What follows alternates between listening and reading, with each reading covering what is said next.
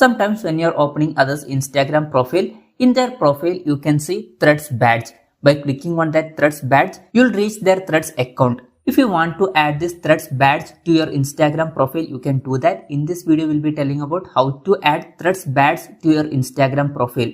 For this, first what we need to do is open Instagram application. After that, down here you can see your profile photo. Click on this profile photo. When you are clicking on that, you will reach your profile. In your profile, you can see one option, edit profile. Click on this button. When you are clicking on that, you will reach a page like this. Down here you can see show Threads badge option. By default, sometimes it will be turned off. If you want to turn on this, what you need to do is just turn on, and after that go back. Now in your Instagram profile, you can see Threads profile badge also. But one important thing you should notice that you should be having Threads profile to do this.